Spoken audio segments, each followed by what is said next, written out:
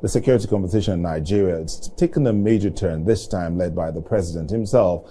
President Bola Tinubu has asked the National Assembly to fast-track legal changes that would allow states to set up their own police forces. It's the strongest sign yet that the federal government sees the need to move beyond a centralized system that's struggling to tackle widespread violence. Now, even though it could reshape the country's entire security setup, analysts are cautioning that issues like funding and control could become major challenges. Now, the push for state police is not new. The Senate has attempted similar reforms multiple times. In 2018, the Senate pledged to revisit calls for state police. No law passed. In 2020, the bill passed its second reading, never completed constitutional amendment. In 2025, the current attempt under the constitutional review, most serious effort, some will say, yet. Would that make any difference? I'm now being joined by a consultant on communication and strategy to the Senate President, Dr. Kenny Okolugbo, joins us in the studio now to talk to us about this. The efforts by the National Assembly and the Senate in particular to help curb the insecurity in the country. How would you say it's going? Yeah, but you see, what we are experiencing is it's been repeated. How would I put it now? Will I say maybe since after the Trump's tweet, the attacks have accelerated. But if you look at it holistically speaking, it's something that has gone on for a whole while now.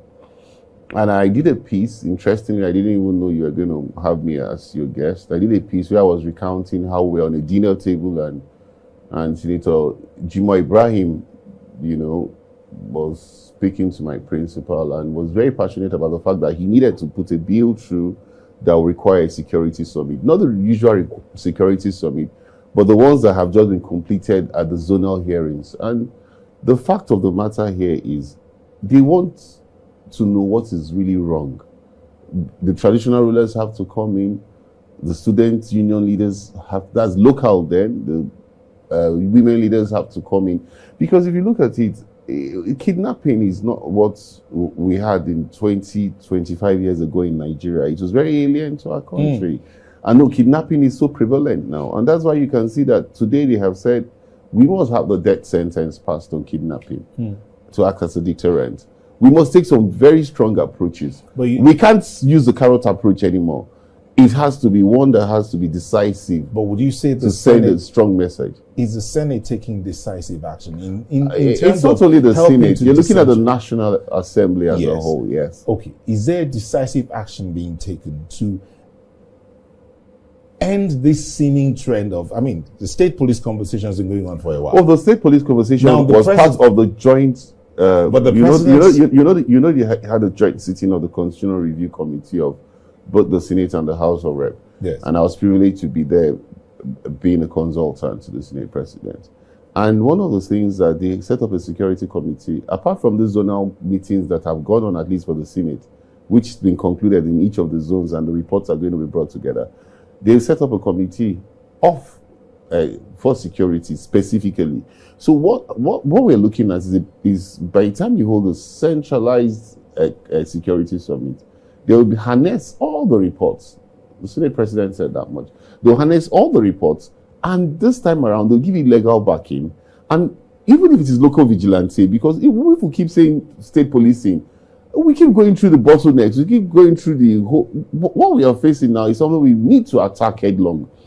If you empower the local vigilantes and you know who that is amongst the local vigilantes, you can even decide to arm them. I'm just giving that example. Okay. You can even arm them and they will take care of their localities. Because security is also local. Just like we're saying, you have to go to the grassroots to be able to tackle it. When you see strangers in your community, you know who the strangers are. You just can't keep saying people are in your bushes, where you know the footpaths. You know how to get into those areas that you know people are being encamped. And that's where they take their kidnapping victims to. So you see, it is something that everybody will need to take into consideration, because what we face as a country, it's not the actual genocide per se as is said, because a whole lot of Christians and a whole lot of Muslims are being killed, but Christians are more, no doubt about it. But you can't say that we are oblivious of the fact that one citizen's life matters a lot. So now that we know that, I mean, we all know that 2018, 2019, 2020, this conversation has gone, and now in 2025, with the president calling for a quick review of the laws so that states that can go ahead and set up their because not all states can afford the infrastructure. Now, that's why the president said, yes, the states that can or are willing to. Do you think this will speed up the work? Yeah, I believe the National Assembly, yes, is going to. Even without that, I told you that way back May 2025, Senator Jimo Ibrahim moved that motion on the floor. You can fact check it. Of course we know. I was very passionate about it and said this thing had to be taken headlong. And that was way before Ted Cruz even raised the issue. Actually designated as a country of concern, of a particular concern. So I think it's not something that anybody will have to handle with kid gloves at this time. You know, the sentiments before was like, if you look at local government elections, any party that is in power, if you're APC, you're PDP, down the line, the whole chairmanship structure to the local government councillors are all from that party. So they also think that the governors are going to abuse the state police. I know, whether you like it or not, that's been one thing that's made it very difficult for people to support the state police.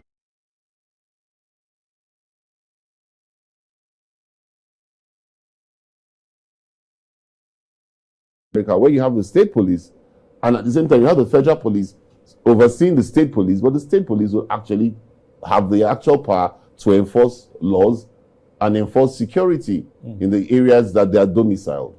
Thank you so much. So Kenny Okolugbo is a consultant on communication and strategy to the Senate President. Thank you for speaking. Thank you for having me. And you have a lovely studio. Thank you so much. Yeah, and you happen to be the first guest. Wow. So I hope I'll be giving an award in the future. You will get an award. Thank you so much. Thank you so much.